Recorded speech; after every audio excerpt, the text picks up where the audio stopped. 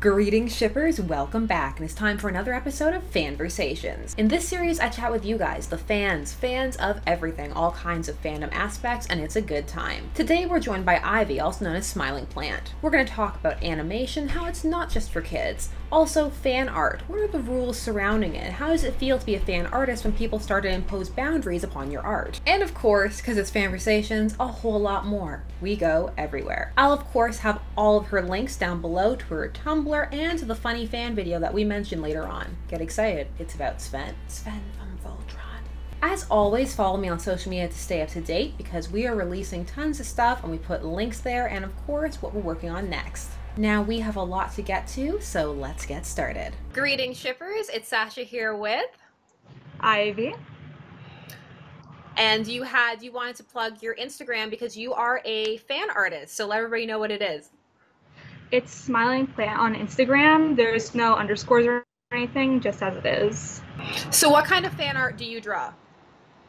Okay, so it's not all fan art, but mixed fandoms. I'm mostly involved, like the video will indicate, in a lot of like children's media-based fandoms. So Steven Universe, Adventure Time, but I also have stuff from like Disney movies and irrelevant stuff too. But so you mentioned in your email that you still gravitate towards those fandoms that are more aimed at children's based media. Why do you think that is? Honestly, I couldn't tell you exactly. I feel like part of it has to do with the fact that I draw a lot, and because of that, a lot of these children's based media are animated and all of that. I generally don't gravitate towards non-animated children's media. But I think it might be partly that, but also because, and this might be something I'm noticing, but I find a lot of shows take themselves too seriously. I can't think of an example, or like, okay, here's a one. In Supernatural, where they try to be funny, but sometimes you're just like, but so much is happening, I don't know if it's the right time. So it's also partly the atmosphere. And I feel there's a lot of creativity that goes into animated shows and movies and games, for example. So it's more, I feel like it's more fun, almost interactive in a way, and the fandoms are really great too. And I find that even if a show is geared towards a certain demographic, especially these days, depending on what the demographic is, there is stuff in there for older people to enjoy. Some would argue that Adventure Time, a lot of it even goes above, way above the heads of who its supposed target demographic is. So depending upon what you're watching, there is a lot there for older fans. So how do you feel about the mindset that some people have that older fans should really distance themselves from fandoms like that? You know, I feel like there's a degree to everything. Like, I'm not about to go watch Paw Patrol, but with like Steven Universe, for example, Rebecca Sugar is an adult. She's bisexual, and she makes her work very well known that it's not necessarily always geared towards children. And I think that's one way of viewing it. You know, it's a show made by adults for whatever demographic they feel it goes to. And typically, as like we said, it was children, but there's also the side people, or more commonly, if like Steven Universe and Adventure Time, the older audience. Yeah. And so even though it's on like Cartoon Network, it's made by adults for adults essentially. And it's just not on Adult Swim in my opinion, because there's no swearing.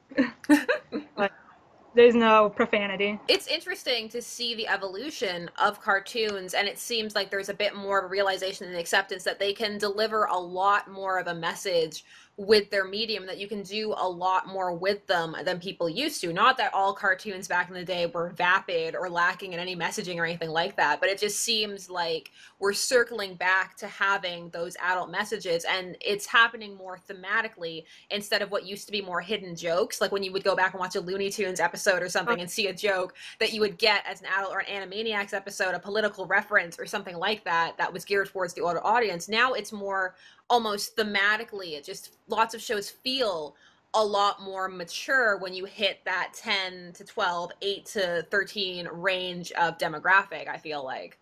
Yeah. And I can really appreciate that too. because I've always viewed animation as something that's not just for children. Mm-hmm. A lot of people view animation as a genre for children, but it's not a genre, it's a medium. Yeah. And so there's so many facets you can go through with it that I don't know, I find that really interesting that now they're discovering that, hey, we can put more things in this and make it more likable to a wider demographic. I like that they're definitely including that. And of course, there's still like shows that are generally geared towards kids that are generally watched towards kids, like the new Teen Titans Go, which I can bring up a conversation about at some point. But I actually really enjoy that show, and like there's lots of. I was about to say, because I feel like it's meant to be like, I view it like a satire on the original. That's how I view it too, and there's lots of really dark jokes in the background that I love. The episode where Robin is freaking out because they're all in the Batcave, they pan to the back and there's a shelf with Robin 2 and Urn with a crowbar next to it, and I'm like, that's hilarious. I just didn't see that. Oh my god. Like stuff I know like that. that. I never saw that. That's terrible, but great.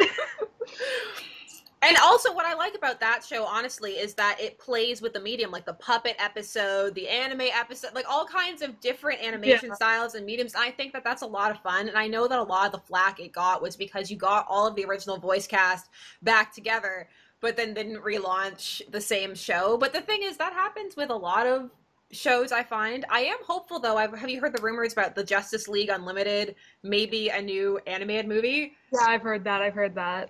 I've been retweeting so hard. So I love all things Marvel and DC, so this is great. But I don't understand the hate that comes with Teen Titans Go, because, okay, like, I understand that the original show was great and that people want that back, but you can't just take a show from how many years ago and pick it up exactly where you left off and not have there be gaps. And or just a dissonance in the writing. Like when you come back to say even something like the Gilmore Girls revival, and they tried to write it the exact same way with the exact same tone, and it just doesn't work because things are different, and so it just feels very off. And that might have been way more disappointing if that had happened to the Teen Titans than this. Another thing too is that even though there are all those adult jokes, it is aiming itself towards a younger audience. Again, I think that's a relevant part to the discussion, in that when you are an older fan in fandom, or you're aging in a fandom that's geared towards slightly younger and maybe isn't aging up with you, you need to adjust how you approach it, I feel. Not that you can't be in it, but you need to adjust maybe your expectations or how you review it or talk about it sometimes. Yeah. You know, when the new Teen Titans Go came out, I remember the internet just broke. People were like, this is a disaster. I can't believe they would ruin Teen Titans like this. But these people who were saying this watched Teen Titans when they were the age of the people who were seeing the new show coming out, a lot of them. And so they have to, I feel like a lot of people get very angry about these sort of things, but forget who the shows are primarily geared towards, so they get very aggressive about it. That one reminds me of, I used to be like really big into My Little Pony, but I kind of stopped watching it. But I remember when like there was a shift in the creators of the show. People were like, the show's ruined, it's done for. And it's kind of like, the show is going to keep going, but you still have to remember like who it's geared toward. I'm pretty sure most like 7-year-old girls won't really notice a change in writer, but so people get really aggressive, but at least the show's going, and at least they're making new content for it, which I can appreciate, at least.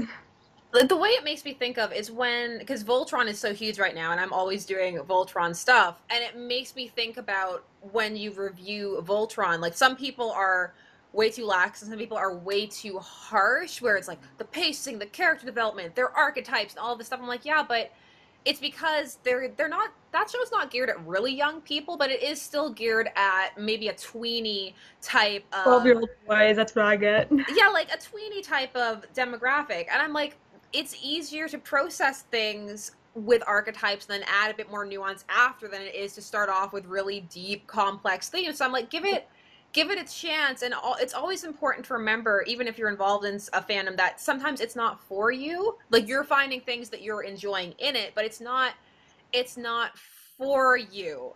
And so I guess one of the questions I have is that, like, I'm involved in a lot of fandoms too that are geared towards younger people. Do you find that there are a lot of younger people active in the space? Because I find that lots of the fears are that you're going to see like a lot of really young people in the space being corrupted by, say, smutty fan fiction, smutty fan art, and all of that jazz. But I find that there's not actually that huge of a contingent of very young, underage people there, and the ones that are they're active in their own way and producing their own stuff, and they're not just sitting there like mindless sponges just being perverted by all of these things. I definitely think there are younger kids in fandoms. For sure. I entered fandom as a young kid. Like, I started reading fan fiction roughly when I was like 12 years old. Same. So like, and of course there's people who are younger and older who like come into fandom then, but that's when I did. And like, this is kind of I guess like a rugged way of looking at it, but I think it's kind of stupid that people get so worked up that they're going to be corrupted, because they're going to get corrupted in like the school bathroom stall seeing what's written on it. Like, the internet is guaranteed to have that too, and I think it's even safer than the real life sometimes. But I find that if they're mature enough to find a common ground with the type of people who are posting this sort of thing, then maybe they're not old enough to see that, but that it's kind of it's a conscious effort, I guess. Because like, okay, when I was 12, I was like really like trying like a try hard like emo, and that meant like Black Veil Brides and that sort of thing. And so that's what the fan fiction I was reading was. And generally people their fandoms are similar age groups, so that typically filters some of it out. Another thing is like tags, like I always see you bring up, but that's important. And like I said, if you're mature enough to like, if it like when I this is what I remember, but I was mature enough that I wanted to go and start experiencing more of something I was a fan of outside of that. It typically like shows some level of maturity. And if people are getting so upset about kids seeing this sort of thing, it's also the parents' responsibility to make sure that sort of thing isn't happening as well.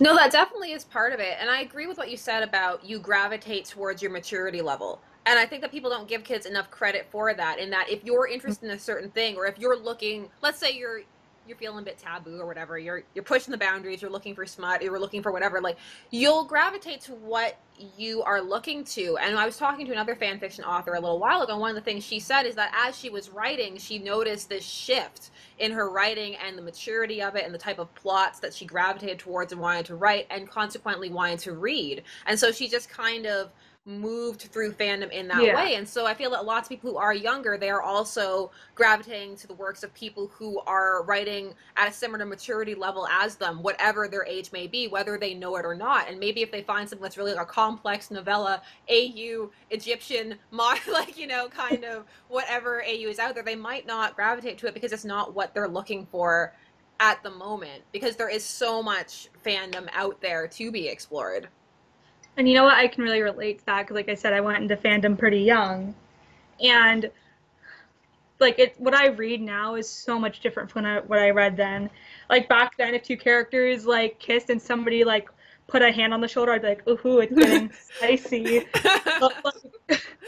But now, like, a suicide happens in a fan fiction, I'm like, well, it's not like I wasn't expecting that already, you know, emotional trauma. So it's totally different. It's totally different. And fandom's always evolving too, and I find people give a lot more craps about that now than they did like 5 years ago or 10 years ago. It's people are looking out for the younger audience more and making sure that sort of thing doesn't flow through. And websites are getting better about that too, I notice. No, definitely. Like there are more tags in place, more maturity ratings. People are becoming more aware of it, so it is easier to talk with adults about it because there is a bit more of an understanding. It's not quite, you know, what are you doing on the internet anymore. It still is in some cases, but it is getting better. And that's a good point you brought up, that fandom is always changing and evolving, and it goes through trends like everything else. Fandom often reflects the mentality of the world around it. You'll even see that sometimes when you notice in fan fiction a certain plot will pop up a lot, or a certain trend will be everybody's writing about it, and just as that's reflected in the narratives, it's also reflected in the overall environment of fandom itself. So who knows what it's going to look like in 3 years, 5 years, 10?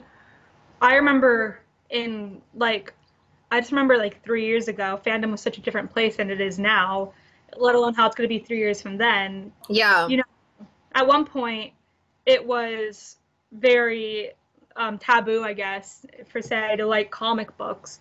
Yeah. But now it's kind of edgy, and it shows you have an appreciation for that sort of thing. Like, nobody really cares about that anymore. Yeah. Which I can appreciate. Yeah, same. Oh, okay. So I have a sort of question for you. Yes.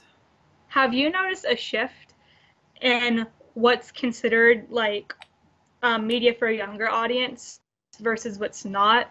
Example, Steven Universe, an animated show on Cartoon Network, has a more mature audience, but a horror game like Five Nights at Freddy's is primarily younger people. Mm-hmm. I'm not sure if it's necessarily a shift in what's for kids or a shift in how the older generation is entering and navigating adulthood. Because I've definitely noticed that the jump from like teen to young adult to adult just keeps expanding, and the expectations of what being an adult is have very much shifted. I remember growing up and it was, you get to be an adult and it's all death and taxes and you can't enjoy all of the things you used to like anymore, and you put your comic books down and you don't deal with that anymore. But now there's much more of an acceptance of you can be older and you can still enjoy and explore all these things. And so I find that means people are more willing to look at these things, and it also means that people coming up on the creative side are more willing to create works that I feel are more inclusive for everybody, because you create what you would also enjoy.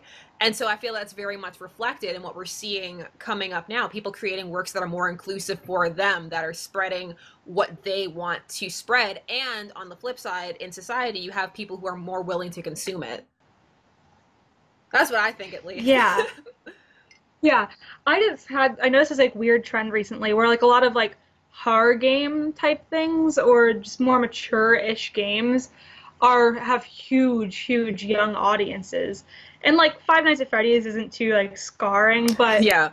I've just been noticing that a lot recently, like specifically horror games. And I don't have a problem with it, but I think it's kind of interesting.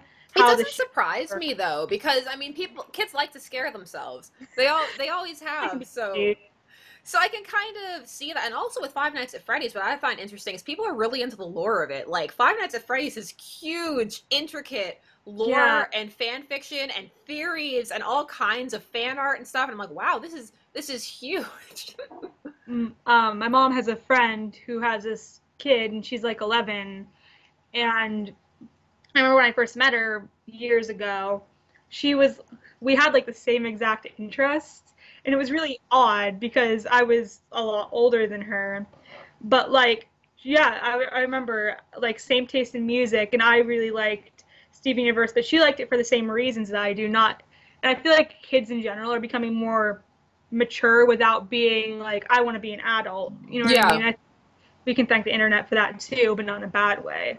Well, you're exposed to so much more now than you were, and there's nothing that anybody can do about it. It's just the way of the world, because there's so much access to everything that you end up just being exposed to so much more, and so it increases how you process things, and it just makes everything happen a bit faster. I have a lot of younger cousins on my dad's side, but not on my mom's side. And my mom and dad were never really together, so I don't see them as frequently as I see my mother's side. And I noticed this on the other side too. I remember when I was their age, when I was your age, but I was not as smart as them, and I'm like really impressed. And I think that's really interesting. And you can thank like the people who are creating content that's less, I'm trying to make this for kids, because I feel like kids also don't like hearing, this is for you, kiddos. Yeah. And so I feel like also that's why there's been like a shift, like I said, horror games, kids like scaring themselves, but they are also more, I feel like kids are just getting smarter, and like that's kind of cool. But they're like my little cousin, he always has his iPad with him everywhere, but he'll go from watching like car crash compilations, and I'll be like, wow, that's gruesome, to like sauce to, and it's kind of interesting. But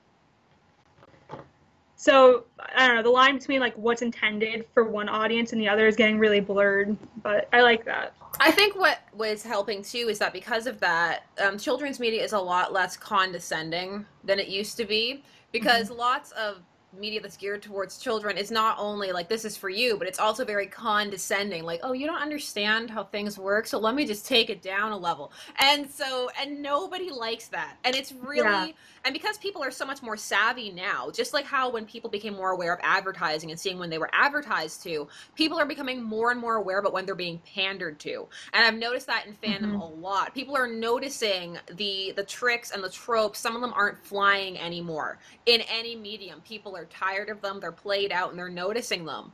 And so I think that media is going to have to evolve and change some of the things that used to work on, say, mainstream network, all kinds of stuff. And it has so many, like, it has so many factors. The internet proliferation of media, just binge watching completely alters how you view something. Because have you ever binge watched Supernatural? Because I have, for all of my videos, and it is a show that is written to be watched week to week. If you binge watch that show, there are so many cracks that just begin appearing. One episode will end with, I'll never speak to you again. Next episode, I'm so glad we're speaking again. It's like, Or have you know, or this is one thing I love with the binge watching that makes me feel all, like, prideful about it. When you're watching something and there's a huge, like, cliffhanger at the end of the episode, and you're like, oh God, what's going to happen? What's going to happen? And you know that between those two episodes, there's probably weeks, but you don't have to worry about that. You can go right to the next episode. Oh, that's another funny thing when you're binge watching. There'll be like big plot twists, and then it'll show exactly what happened last episode. Especially if anime, I noticed. They'll be like, last episode shows everything. You're like, I just saw this. Like, I know. You're like, I know. I was watching. I was there. It's interesting. I'm interested to see the evolution of that too, because shows, especially children's shows geared towards younger audiences, still operate very much on that mentality that they don't have much of an attention span, which they do and they don't. It's kind of complicated to explain. Like, they don't have the attention span for certain things, but that doesn't mean they don't have the interest or the ability to come back to something. And so I've noticed, especially with Voltron and certain other shows, they're trying very hard to keep the momentum going. They're like, we can't have too much of a break. We can't have too much of a hiatus. And so because of that, you're getting lots of really short seasons, really quick half seasons, very short episode lengths, all kinds of stuff like that. And so I'm very interested to see where that goes, how long we'll stay in the era of the 10-minute cartoon, of the 6-episode season. And it's just, I find it all fascinating seeing where it's all going. It's going to be fun to look back on. You bringing up hiatuses reminded me of Steven Universe, because they're like the kings and queens of animation hiatuses. Yeah. I noticed this goes on a lot of like Tumblr debates, but people will say like, I love how Steven Universe is just losing its viewership because of how long the hiatuses are. And it's kind of, I don't know, I think it's kind of ironic that people say that, because people are saying that are waiting for the episodes to come back. But, like, angrily typing, like, oh my God, these people always giving us no episodes. And then, like, second one comes out, they'll be like, here it is, guys, it's waiting so long. Like, I hate the show, I'm never watching it again. Until it airs. Have you seen theories? But, and you know, this is something that bothers me about Steven Universe fandom especially. What? And, like, I've never noticed noticed this in like Adventure Time, but I've seen it in like Star vs. Forces of Evil. Yeah. The toxicity is out of control. Steven Universe is famous for it, but like there's some other shows that are catching up that I noticed a lot of them happen to be animated, and I don't know if there's like a pattern there. But like, you know, the whole scandal, obviously you do, who doesn't know about it? The one with the girl who drew Rose a bit thinner. Yeah. Yeah. I feel like that's really sad that people are taking these innocent shows that and just like devouring them, because half the reason why I like them so much is because there isn't this whole stress on, oh, the adult life all the time, you know what I mean? And I feel like that's a bit of escapism there, because, you know, in the adult life you have to worry about like car insurance. Like, you don't want to have to think about that all the time. That's kind of what I like like, or death of family members. I like that you don't deal with that as much in cartoons, but they still reflect that those problems exist, at least in modern cartoons.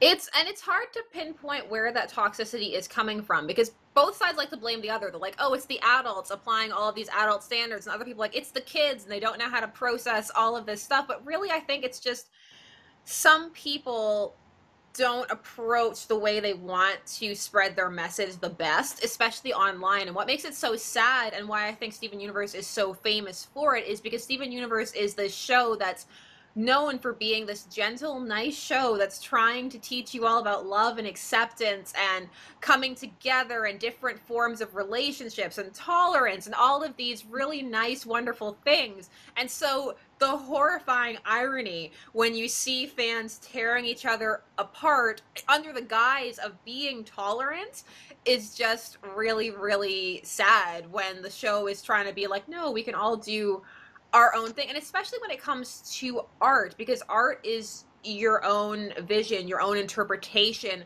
how you view the characters. And I genuinely do not think that that artist meant anything offensive by that art.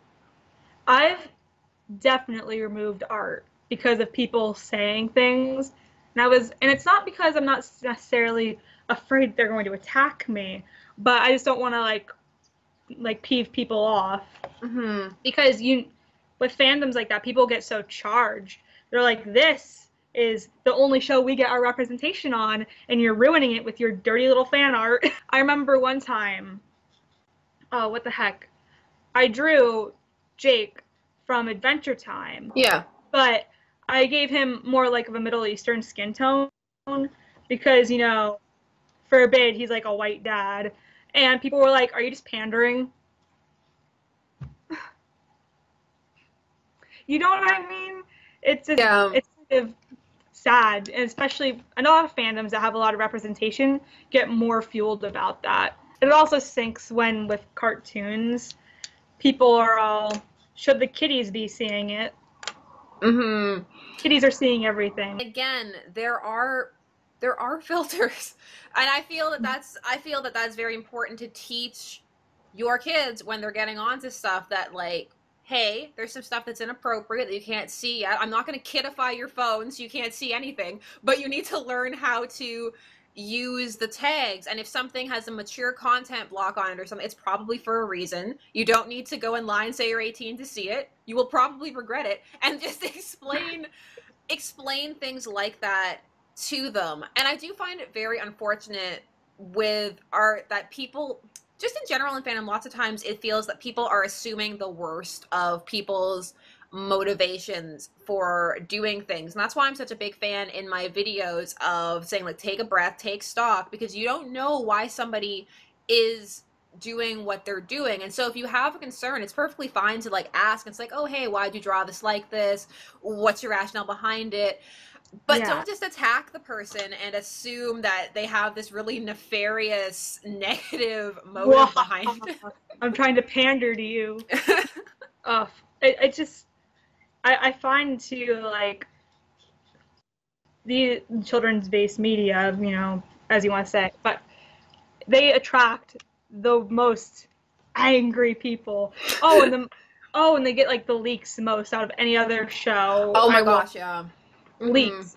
And I don't know if I love them or hate them, because I'm like, wow, the studio is probably losing a crap ton of money because of this, but at least I get to see what's going to happen. But it always stinks when there's leaks, because then you have the people who aren't supporting the show legally too. And that's another debate.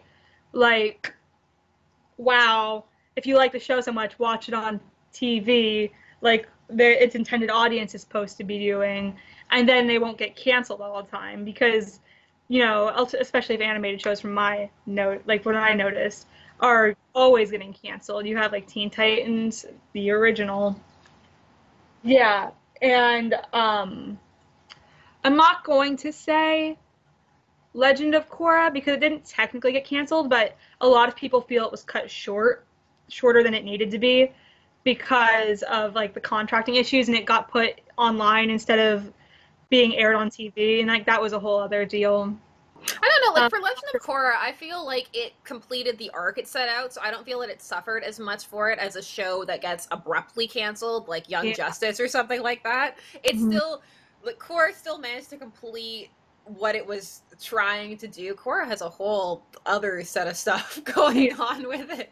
That's a ride in and of itself. These people who like watch the leaks, I don't know if I don't know, because like sometimes like if it's a picture, I'll be like, oh, what's this? But I try not to like watch shows illegally ever, because I get the argument behind that, because it's a lot easier to just cut that off, because it's typically geared towards a younger audience. It's a lot easier for a show to get canceled when it's animated, because you say, okay, well, you're doing things wrong, and a kid, like the kiddies can't be seeing it, so it gets it's cut. Also hard too, because the way we view things is changing as well. And it's harder for children in general to get access to things. And so when we're in this interesting sphere of some things are still aired on TV, but some things are streamed, some things are going up online, it's difficult for everything to get the viewership that is required. And if you're going by regular network standards, it just seems like nothing is getting what used to be the required level of ratings and viewership to stay on. And then with kids shows, you have that added factor. Sometimes they get sponsors from toy companies or outside sources of sales that they're supposed to meet. And if they don't hit it, then lots of times they don't have the funding that they need. So maybe as things shift more towards being solely online, it might be easier for them to track how much people are actually watching and enjoying, and go back to a more viewership-based model and less of a, this many people bought this doll, so we can keep the show going for this much longer. Oh, and that's just like for shows in general too. That was just reminded of when you said that. Nothing upsets me more than the fact that I can't watch a lot of these animated shows on like Netflix for some reason, because it would help the viewership so much if they just like sold the rights to show the show on Netflix, because they get more viewership, and that means like more merchandise selling, and they would get more. And they just, like, I don't know, I feel like a lot of companies or studios are really hesitant about that, because they're like, oh, well, people won't pay to see this and it'll be different. Like, there's a debate with that with Disney too. This is more of, I guess, a movie one I'm going into now, but it's not, you see like Disney movies like come in and out of Netflix a lot, but it's only like a little bit of the time, because they want people to buy like the DVDs and whatnot, but nobody buys DVDs anymore. And well, that's the thing. Because Disney has that cachet. I remember, like, oh, it's the Golden Platinum edition coming out of the vault for the first time in 8 years, or however many, and then they release all the tie-in. Like, I got a Gaston doll when they re-released Beauty and the Beast, because they released tie-in merchandise. But the thing is, you're right, people don't really buy the physical copy like that anymore. So I wonder if the era of being able to keep it to yourself and in the vault, as it were, really has any merit in an era where anybody can go and just get a torrent or download it if they don't want to wait the amount of time. The other thing you brought up with the companies being hesitant is that a lot of them are seeing the success of Netflix and some of the Amazon Prime shows, and they're trying to launch their own stuff. And so we're just re-entering the cable era, where there's going to be like, I saw that Stargate is actually planning on launching its own service based entirely on having all of the Stargates and a new Stargate. And I was like, I'm not getting a new service just to watch Stargate. You can't do this. Yeah. I would pay for it though if Disney did that. Oh my God, Disney has so many things under their name these days that, like, no way I wouldn't pay for that. But well, it's interesting because they are planning on launching one, so I'm so curious what's going to happen with their joint shows that they were doing on Netflix, and it's so many questions. It raises a lot of questions. And I've always thought about, ever since Marvel got sold to Disney, what? The She-Hulk never like got sold, so I'm like, what's gonna happen? I think like those little details. Like, I wonder what's happening with She-Hulk in 2018 when she doesn't belong to Disney. But it's the surprise She-Hulk movie that nobody knew they wanted, but that we needed. It just comes out of nowhere. Oh my God! How did you feel when Disney? When Star Wars got sold to Disney, and they're like, oh yeah, basically nothing's canon except for this and like the Lego movie. I understand why people were mad, because that is so much history and all of that creativity that people had put into this universe over years. But at the same time, I felt like it was the smarter move than, say, the Star Trek Discovery move of maybe it's canon, maybe it's not canon. We don't know yet. And so, and then you're going on and and people are just nitpicking it to hell, because that's the thing with Star Wars already. People are, they're canon nerds. People really care about what the canon is. So if they hadn't done that, you would have had so much, well, actually, they had kids in this year and all of that stuff, and it would have been out. It already is out of control. So it would have been even more out of control. People debate, like, individual, like, standalone movies that have no context to anything else. Like, they'll debate something within that context, let alone a series that has other outlets. I wanted to bring the Star Wars thing up because there's a lot of animated series. I didn't ever get into any of them. So luckily I don't feel the loss. Yeah. But I know that a lot of my friends who are fans of Star Wars were like, yeah, there was animated series, there were books out, and, like, it means nothing now. Excuse me, I didn't watch all of this when I was 13 for nothing. Well, the thing is that animated works have that history of nobody knowing whether they're canon or not anyway, I find. Like, Star Trek had an animated series. People still debate to this day whether it's canon or not. There's a consensus that one episode yesteryear is 100% canon, but there's still a ton of debate about whether the rest of it is canon or not to this day. And so I'm like, well, you know what? I don't even care. But that's the thing with animation, because especially in the Western world specifically, and a lot in North America, because it is taken a bit more seriously sometimes in Europe when you'll have more adult films that come out that are animated. But over here, sometimes it almost isn't even taken seriously as a medium. It's kind of like, oh, well, that's a cartoon. You hear that a lot. Like, oh, it's just a cartoon. You know, like, it doesn't have the same merit or value as something that is live action. Yeah. I like that there's being more effort put into animation finally being respected as a medium, not a genre now, though. Yes. Because, okay, like, I never went to see Sausage Party, but I'm so glad it's a thing that came out as a wide release. Because at least now there's the acknowledgement of, yeah, okay, I don't like that it's an animated movie and they couldn't do anything better to make it adult than Dirty Joke.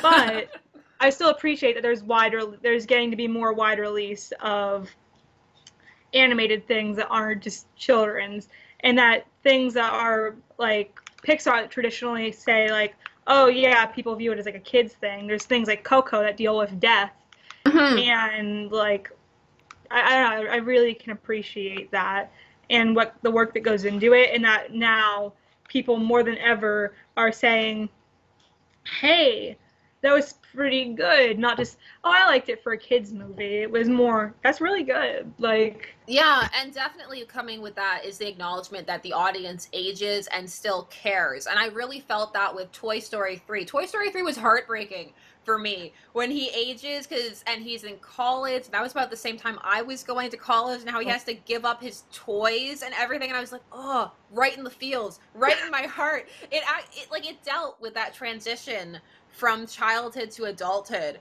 I felt so gracefully in his little side arc that he was going through in that movie.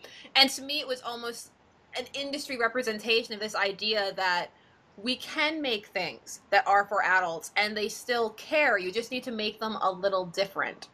And so I'm hoping that that means we will see more stuff like that, and more complex themes like Coco, or to a lesser extent Kubo and the Two Strings, and that kind of stuff. Oh, and then another note, on the side note, there's other companies who think, like studios, like Blue Sky, who think, like, quick, the more fart jokes, the more kids we're going to get into the theater. But half the time now, people, like, when I went to see Coco, the theater was half filled with adults with no kids. Yeah. Because people care about seeing it whether or not they have kids, and that's how it is now. And then you have, like, the Emoji Movie. What are you talking about? It was a masterpiece. Like, hey guys, look, let's sell everything and also make potty jokes. I'm sure everybody's gonna love that. And then I heard of parents walking out of the theater with their kids. So there is stuff like that where people, like, they're trying really hard, like, let's hold on to them, guys. I don't see any kids coming to the movie theater. Quick, throw more dumb jokes that aren't going to hit, it's going to fix the problem.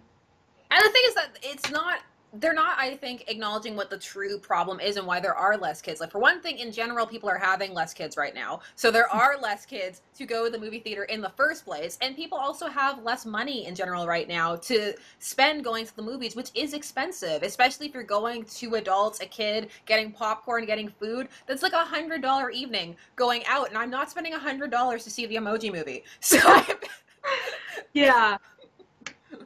I better be good. I went to see the new live action Beauty and the Beast with my friend because everything Disney I have to go see like the day it comes out 'cause I'm obsessed.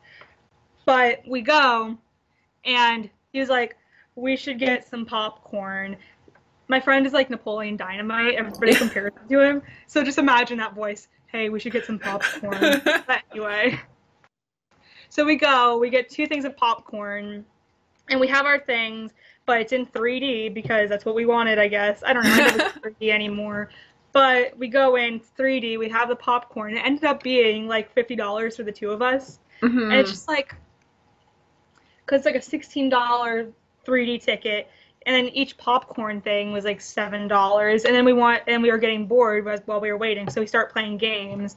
And nobody gives a crap about that anymore. And I think that's why there's so many people who view things illegally too, because the movie prices are going up, but there's more websites that are releasing pirated versions. Like, yeah, and the leaks are better now. It's no longer some guy in a trench coat with his camcorder in the theater. It's an actual legit version that you can watch. And so it is, and that, I feel that's why there are so many, like, people trying to play it safe, so many adaptations, just trying whatever they can to guarantee that you'll get that reaction. But especially with kids' movies, you have to remember that parents or guardians or siblings, somebody older is taking them. So they need to be able to stand it too. Yeah. And they need to feel that it's not stupid, because you don't want your kids watching stupid things. Like, I have this beef with the movie Home. I don't know if you know it or not. But it's stupid. It's so beautifully animated, but wasted. It is. It's such a waste of everything, and weird Rihanna songs at inappropriate moments soundtrack. But all of that aside, the alien speaks in this really odd, incorrect grammatically way that's really cute. And I was like, if I had, like, this was before my daughter was born, I was like, my daughter could never see this. I would spend years trying to get this stupid alien speak out of her. And I feel that sometimes companies don't think about stuff like that. Although on the flip side, sometimes people are too hard. Like, I know Boss Baby should not be nominated for an Oscar, but it really wasn't that bad. It was cute. It was cute for what it is. Like, I don't hate that, because though that's kind of common from, like, not, like, I don't know, like, non-Disney theaters, where I appreciated that, because it wasn't like, because I find there's 2 types of animated movies that aren't Disney that have been coming out recently, trying to be a Disney movie, trying hard not to be a Disney movie. And I can appreciate that it was just trying to do its own thing, which is good. It also, the message wasn't that bad. It was kind of just a long, extended attempt of an older sibling trying to come to terms with having a younger sibling. And I thought that was cute and something that a lot of kids could relate to. It had adult jokes that I thought were funny. It, you know, I didn't leave, like, I'd wasted my time, so it was fine. Yeah. Though, you know, they're making another one. I don't know how they're going to continue that, but... No. Just let it die. One was fine.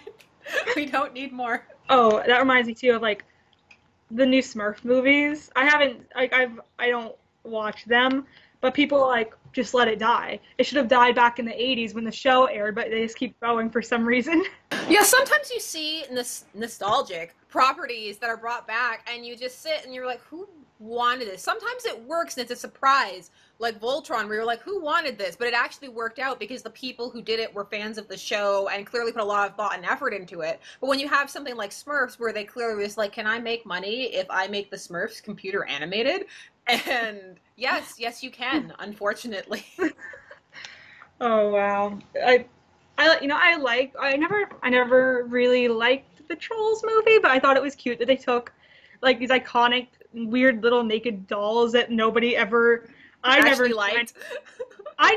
I never saw anybody who played with them. I know people who like collected them, but I never understood them, being my age too, but anybody who really played with them. So I thought it was cool that these like funny, weird little looking things got like a whole animated movie that's huge now. But I think like some nostalgia can go right like that. Yeah. My favorite thing about that was seeing Justin Timberlake's complete transformation from boy band idol to sex symbol to dad. True. Making dad music that his kids could listen to. I was like, this is amazing. He's come full circle in my lifetime. Oh my god, that's funny, but so true. I never even thought about it like that. When you brought up the Voltron thing, I was reminded of this video just titled So I watched the old Voltron. And what's it? And I've never seen the old Voltron, but I watched this video, and there's like this obnoxious character that's supposed to be Shiro. Like the before Shiro was Shiro. It was like Sven. Yeah. Yeah. And it's like he says at one point ugly birds, and then it goes and it shows like later on, and like in the same episode he says I always think they're beautiful. It's just like. And the entire video is making fun of it, but in the best non-offensive way. Yeah. I'll like send a link to that or something. It's funny if you've ever got like literally you don't have to even know Voltron at all of the series to find that video hilarious. But I really appreciate people making content like that. And nostalgia can be a good powerhouse as far as animated shows.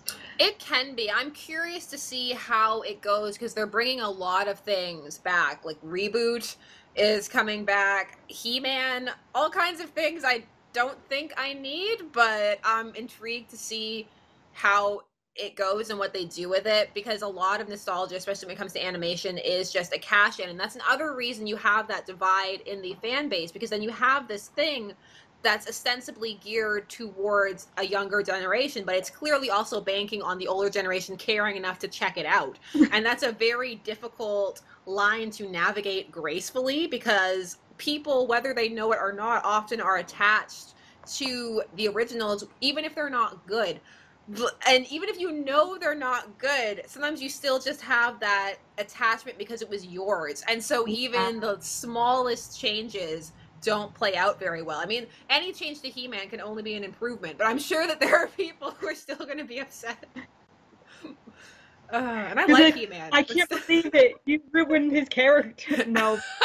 The whole reboot thing, it makes me wonder what shows are coming out today that are going to be rebooted 20 to 30 years from now. I know, like, I never thought they'd reboot Charmed. Just, why? Nobody wanted, I didn't need it. I find a lot of reboots aren't needed, though. But sometimes I still like watching it, even if it's like a guilty thing. Oh, and the guilty animated shows, like guilty pleasure animated shows is like a whole other factor now that I'm like thinking about. Guilty pleasure animated show, definitely Clarence. That's mine. Oh yeah, I watch Clarence sometimes. I think it's cute because it reminds me of like my childhood, but everybody's like, that show's garbage, it doesn't deserve to be on TV. I don't know, like sometimes it really makes me laugh. Like every now and again they have a joke that really, really hits for me. Oh my gosh. I like just that Clarence himself acts like such an idiot, but I acted like that when I was younger. And just like the really, like the awkwardness of everything is so correct to being in fourth grade that it was just really funny reflecting on like, wow, I remember when I was in fourth grade and that was so similar. So that's like another thing, like leading back to nostalgia, dang. Yeah. You could just watch it out of pure nostalgia from my childhood, but... No, I was just thinking, like, that's probably part of why it's so difficult, especially over here, to break animation out of that mold, because it is so tied to your nostalgia, because most of the things that you've seen growing up, most likely that were animated, were for children. And so it's not necessarily, unless you got into anime or your parents were into, like, really obscure random stuff, that you came across more adult-based, you know, kind of fare. And it is important to remember for people in fandom, and they often don't remember this, because when you get involved in anything, no matter what it is you're into, it is easy to forget that there are people outside who don't care, who do not care at all, and are not invested and are not tracing the history or anything like that in the same way that you are. So there isn't a vested interest overall in general to see a shift in animation becoming more adult based, and that in itself is a real risk for this North American demographic, and why I think a lot of people don't do it. And because despite, from even before the internet, parents do have a habit of just sticking their kids in front of something and hoping that it all works out and it'll be fine. Like, I remember, what was the thing people used to stick their kids in front of? Oh, like Watership Down, the rabbit movie, the most horrifying rabbit movie of all time, where like the rabbits are killing each other in the den and all kinds of just awfulness, and they're ripping each other's throats out. And it's like, for kids. It's not for kids, but it had animated rabbits, so tons of people rented it from the video store and stuck their kids in front of it. Ugh. It's funny that you brought up unless you're like, you watched anime growing up or your parents were in something really weird.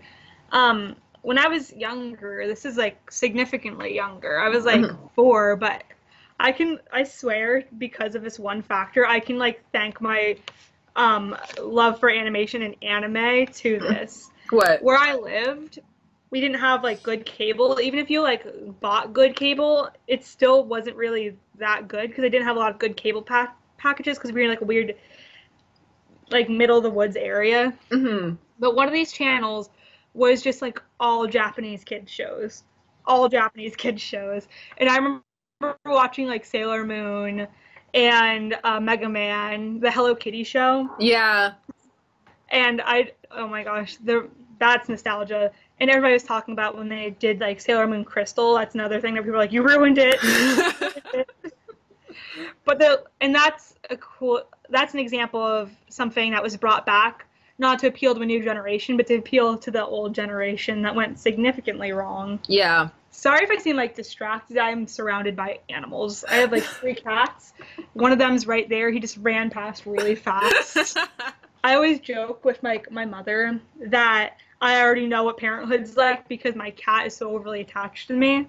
He like cries outside of my door and like he like jumps up to be held. Like, he's crazy. But yeah, I'm always distracted because he runs around like a lunatic. But I don't remember where we were. Like things that got us into animation. I know what got me into the idea that animation could be adult and cool was Who Framed Roger Rabbit. When I saw that when I was young, and that blending of live action and animated characters in this adult storyline that I learned was actually based off of something that really happened. So that makes it so much cooler to me. And then my dad had no idea what was appropriate for children, so he showed me Cool World, and that was just a continuation of things with animation in them also. And so it just really got me into the idea, like, wow, like, you can do some really interesting stuff with this. And so I just got into it from there and continued on with the idea that animation could do a lot more than just be a Disney movie, even though Disney movies also have a lot in them and a lot to be credited for. So it's always really sad when people just bash them out of hand because they do have a lot to offer. You know, what's your opinion on the debate of cultural appropriation within Pocahontas? Pocahontas is such a difficult one because firstly, it's out of character because it's not a fairy tale or a myth. It's an actual historical occurrence. It's kind of like watching Road to El Dorado, where you're like, this really happened, and it was really traumatizing for the people that it happened to, and then you have this really happy, singy version of it. So I think as a representation of history, it's atrocious. As a movie itself, I think it has good intentions. I get what it's trying to do. It's trying to say, like, we're all the same and we should all get along and this shouldn't have happened, but at the same time it's a kids movie, so it's like not diving into colonialism or the intense warfare that happened or all kinds of that stuff. So I always just watch it and I'm like, but why though? Why? Because you know what, there's a huge debate going around with it, with like it's cultural appropriation, and relax, it's a kids movie. And I find watching it that it wasn't trying to be outright bad, but what genius had the idea to take the story of Pocahontas, like a child rape victim, basically, and like, let's make a Disney princess out of this. I don't know who, and that's why I'm like, why though? I know, like a young girl who was tricked into betraying her own people is going to be a wonderful Disney movie. And let's also make it romantic and shove her Kocoum under the bus for no reason. Even as a child, that bothered me. I was like, what's wrong with Kocoum? Even before I knew anything about anything, I was just sitting there like, well, they're like, he's so serious. And I was like, so? John Smith's boring. Like, what is the point? That's so true.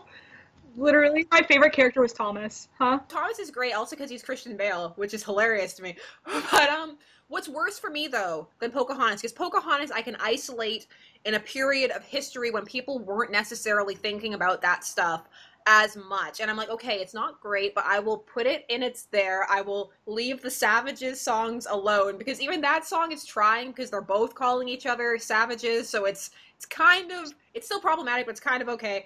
But what's bad for me is Pocahontas 2.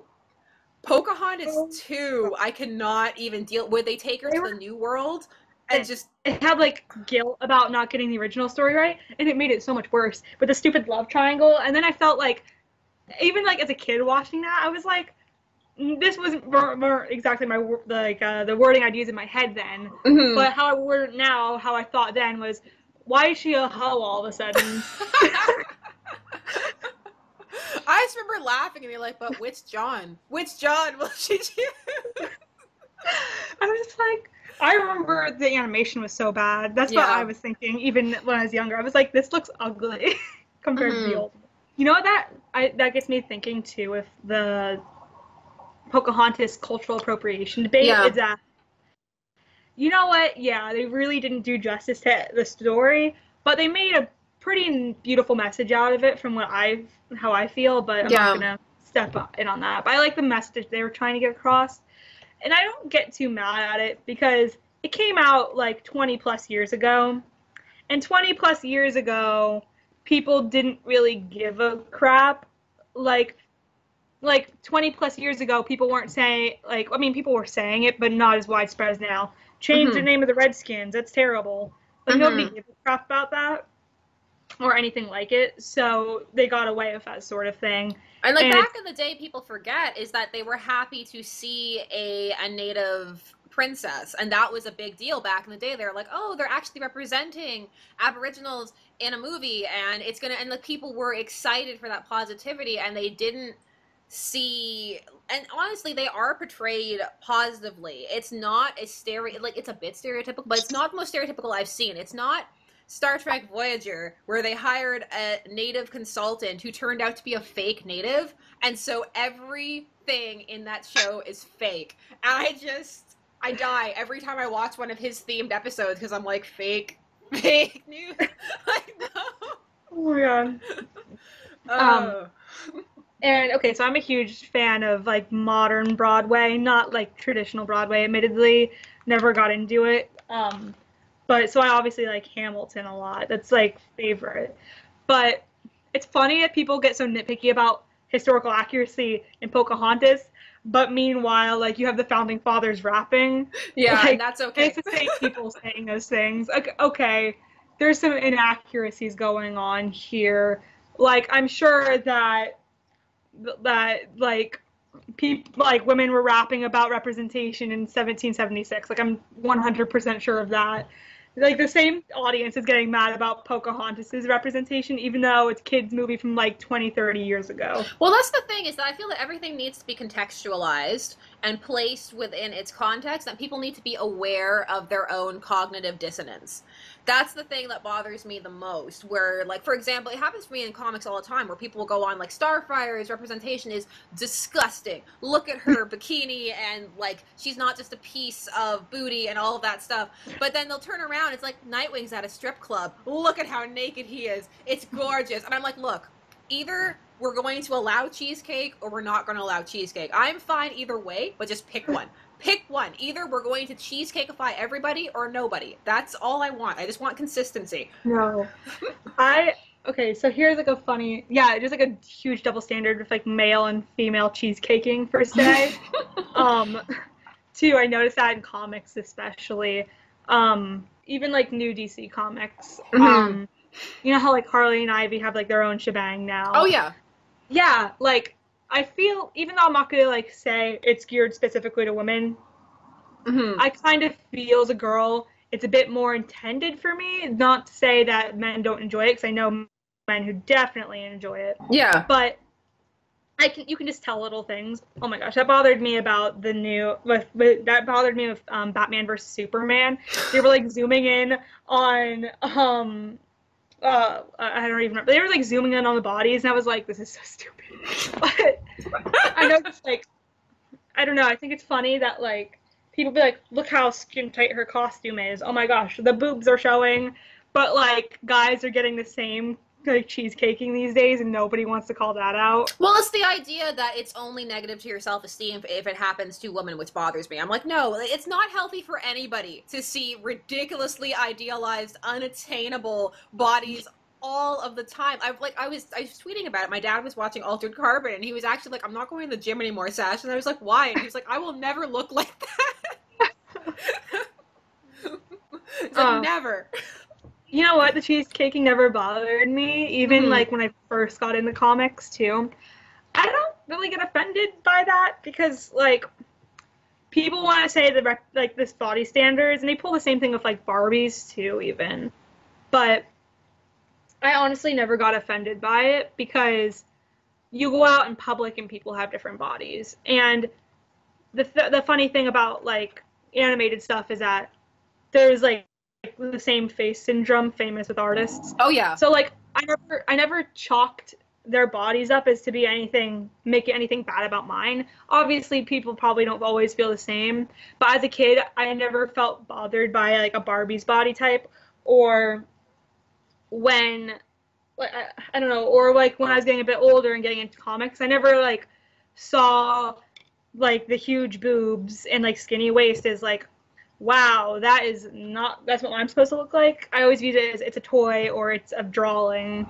I think it really depends on how confident you're already feeling, and how you already feel about your own body, your own image, and all that stuff. And then everything else just either magnifies or intensifies what you're already feeling. Like if you're not feeling secure and then you see all of this stuff, like of course it's not going to help. So I understand the argument that we should, be a bit mindful and try and present some different types of bodies, and that's never a bad thing, to see variety of art and all that stuff. That's fantastic. The thing with cheesecake that bothers me isn't so much when it's there, it's when they don't try and disguise it, or when they're assuming that you're a lech and that's what you want. That's what bothers me. It's like, it's not like, oh, we want her or him to look good and so we'll frame them nice in this shot.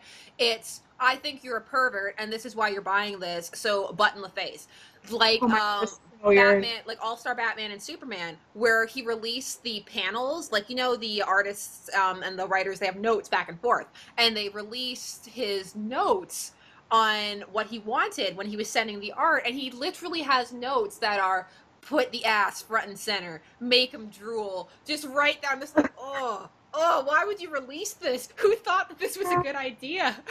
I get that thought a lot with like things that are released to, like, who wanted this? Like, it's like, well, my dad and I watch stuff together a lot, and there's lots of, he notices, like the pans to the boobs, the pans to the legs, and he's always like, is this what they think of me? They think that I'm not gonna watch if this stuff isn't there. And that's what we were talking about earlier, that people are becoming more savvy and more aware of the tricks of the trade, and I don't think they work as well anymore, and so I don't think they're as necessary. I think you can definitely still draw and frame things how you want, and that if we're going to idealize these certain types of bodies in that certain type of way, it should be equal, and also that we should present different types of bodies because there are different types of people when we have the chance.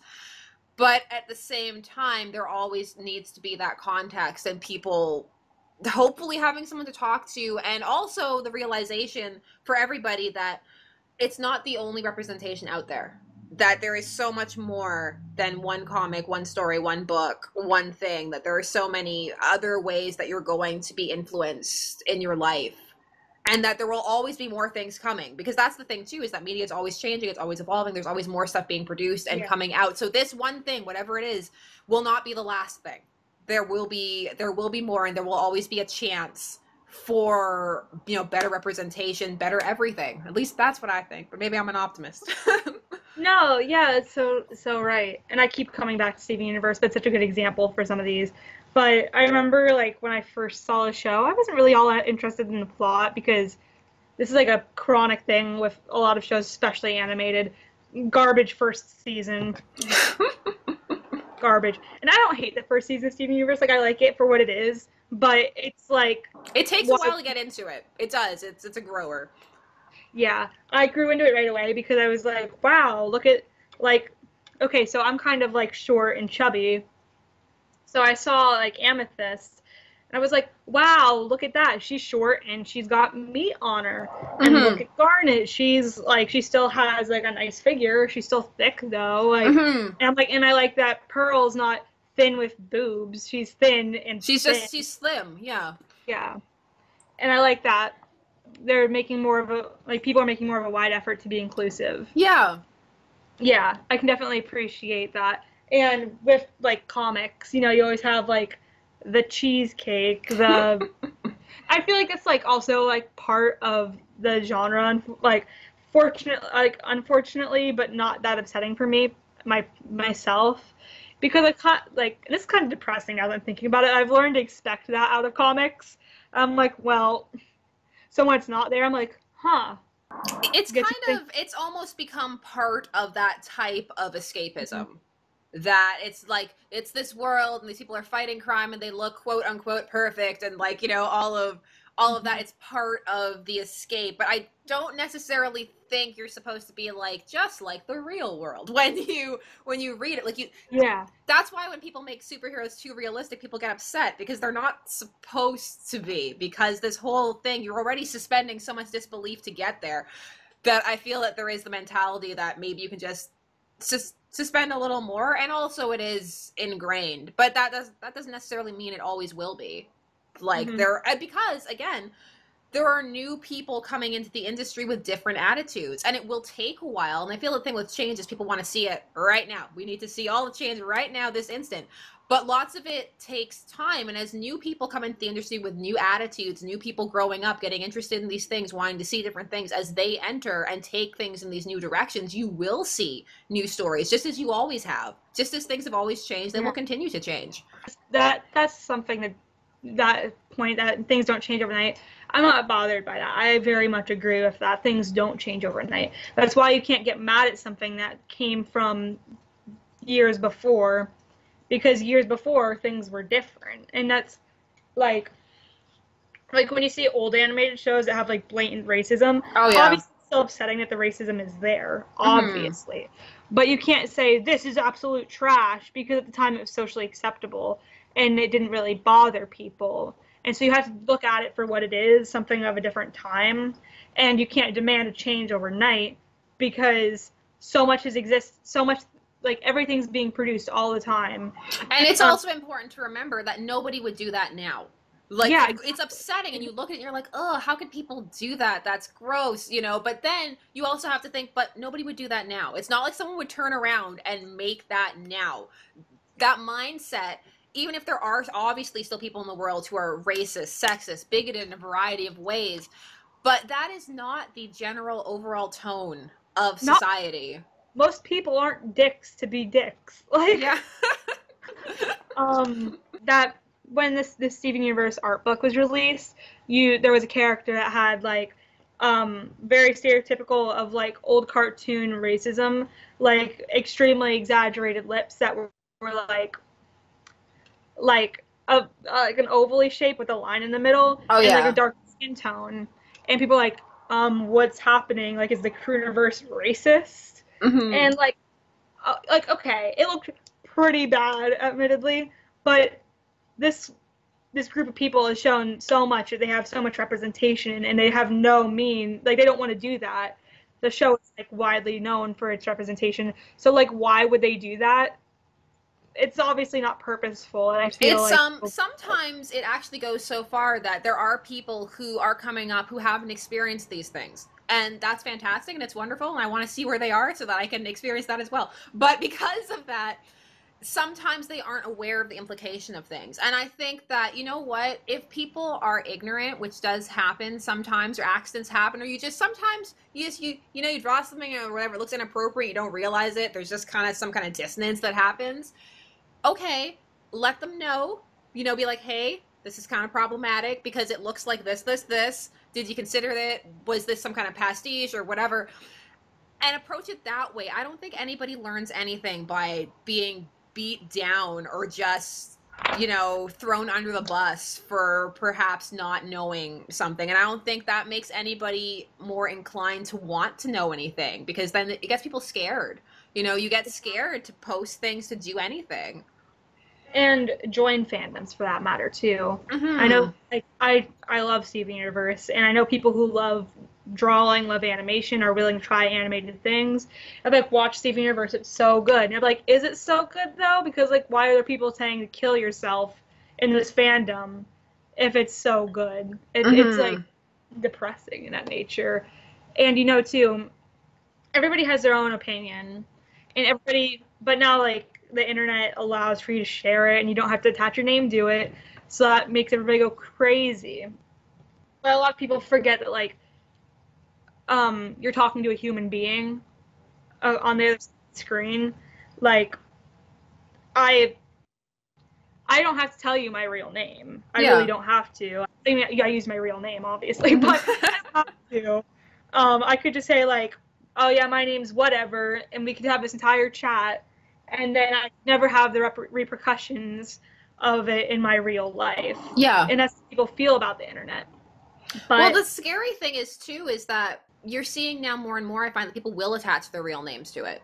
Yeah, that there is just this complete disconnect. And I feel that it's because there is a whole generation of people who have come up with parents like mine who didn't understand how the internet worked. And so they were very much like, it's not a real space, it doesn't have real ramifications, it's this virtual, nebulous reality, and nothing on it really matters because there's the real world and then there's the internet world.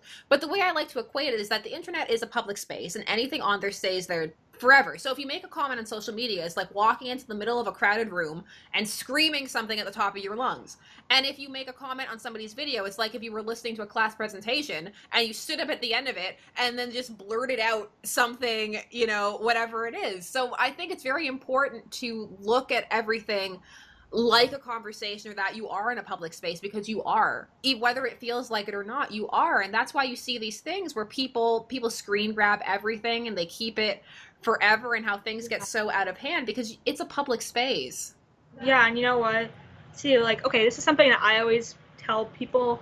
One of my friends, he's really argumentative. He like finds a problem with everything, and I tell him like, yo, if you wouldn't scream fire in a movie theater, you're not going to tell somebody to shut their stupid mouth online. Like, if you wouldn't say it to somebody's face, you wouldn't say it online, because there's a person attached to that account. And it's just, you know, there's so many ways to look at it, because some people say, well, you shouldn't be on the internet if you can't handle this. But it's 2018. Like, you can't do a homework assignment without logging on at this point. At this point, we're also interconnected and dependent upon it, that you really can't get away from it. And that's why all those cyberbullying arguments of, oh, just turn it off, just, you know, and I'm like, cut yourself off from everybody, because everybody's on it. Like, you're just supposed, like, if you want to do that, that's fine, but you shouldn't be forced off of it because you have no choice, because people won't leave you alone. Like, that's not cool. With cyberbullying, it's a good example. Like, oh, you're getting harassed on the internet? Well, it doesn't matter because it's the internet. Just turn off your computer. But if you were getting harassed at school, do you just stop going to school? Yeah.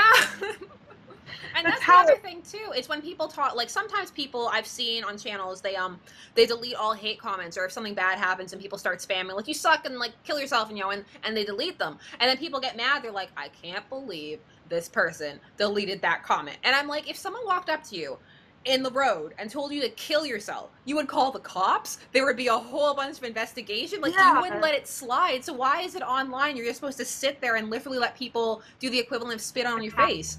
I don't get it. I really don't. I don't either. It's just like, I feel like a lot of people who say, whatever, it's not, your name's not, like, whatever, it's the internet, it's not real, are the same people who don't really fully understand it. One of my best friends I met online, and we ended up meeting up in person. It was great, like movie, but yeah. If I can make that friendship through the internet, I can make enemies, per se. It works the same exact way. Like, my mother never understood that. When I was younger, oh my god, because I said, like, I got onto the internet when I was young. Yeah. And I would get into, like, stupid arguments, or, like, people would say dumb stuff online because, like, roleplay forums. Yeah. Like, people would, like, make fun of my writing style when I was younger because I was younger, but when you're younger, you never want to admit you're younger, so it's like, I'm 16. Is 13. Yeah. But, and then I'd get, like, all offended when somebody said my writing was shit. And I, like, that's the thing. Like, okay, my fault for doing that, but I was younger. But I would, like, get upset, and my mom would be like, why are you in such a bad mood? It's just the internet, don't worry about it. No, I agree with you, though, and I think that hopefully in the coming years, as people come to understand it better, it will lead to better interaction on it. But actually, I was going to say, before we got cut out, that we are running out of time anyway, so... Yeah. No, it's all good. No, that's not the first time that's happened, so... You're not the first conversation that's happened in, so... Oh. You know, normally my computer gives me a notification saying it's dying. Nothing happened, no warning. I just see my screen go dark. I'm like, oh no, come back. Well, I want to thank you for chatting with me today. It was a lot of fun. Thank you. It was fun. Awesome. So plug your stuff one more time. I'm Smiling Plant on Instagram, no underscores or periods. Don't really have many other socials, admittedly. Like, I go on Twitter and whatnot, but I don't really post anything there, so it's not really that relevant. But thank you. No, thank you. It was a great time, and you enjoy the rest of your day. Thank you. You too. Okay, bye-bye. Bye. Did you guys make it? If so, as always, you are troopers. To let me know that you made it, please answer the following question. How do you feel about fan art? And do you draw any? If so, of what? Let me know all of the answers down below. Hit that like button if you enjoyed this Fanversation, subscribe if you're not already, and hit the bell so you always get the notifications. Thank you so much for watching, or probably listening. I know that these are long, and spending some time with us discussing fandom. It's always a good time, and I'm looking forward to seeing you again soon. Until then, let's get to the outro. Bye-bye. This has been Shipper's Guide to the Galaxy. Don't forget to like, share, comment, and subscribe. Special thanks to all of my patrons, names on the side, and the vote for this upcoming month is going on right now, so head on over if you haven't already voted. As always, thank you so much for watching, and stay tuned, for there are as many ships out there as there are stars in the sky.